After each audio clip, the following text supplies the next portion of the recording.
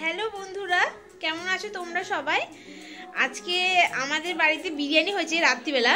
তো আমার শ্বশুরমশাই করেছে, তা মা এখন স্যালাড কাটতে ব্যস্ত, স্যালাড কাটছে সবার জন্য, যাতে বিরিয়ানির জন্য। আর এই যে আমার মাসি বসে আছে, দুই বোনে গল্প করতে করতে স্যালাড কাটছে। আর দাঁড়া, তোমাদের বিরিয়ানি হাঁড়িটা দেখায়। আর এই দেখো বিরিয়ানি হাঁড়ি, বিরিয়ানি পুরো রেডি। বিরিয়ানি আগের প্রসেসগুলো মানে কিভাবে কি করেছে সেটার শর্ট নিতে পারিনি, কারণ আমি ছিলাম না। তো বিরিয়ানি হাঁড়ি পুরো রেডি। এবার আমরা বিরিয়ানি যখন খাবো তখন তোমাদের সাথে শেয়ার করবো বাকিটা। সবাই মিলে একসাথে বসে অনেক ধরনের গল্প, অনেক ডিসকাস চলছে এখানে।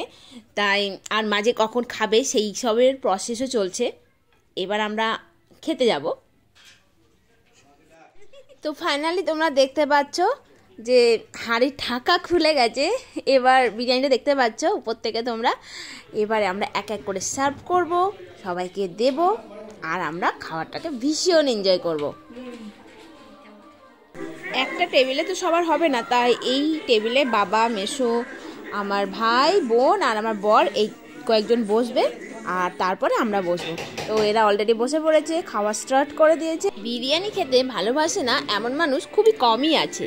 হ্যাঁ, আবার অনেকে ভালোবাসেই না, হতেই পারে, বাট খুব কম মানুষই আছে যারা ভালোবাসে না।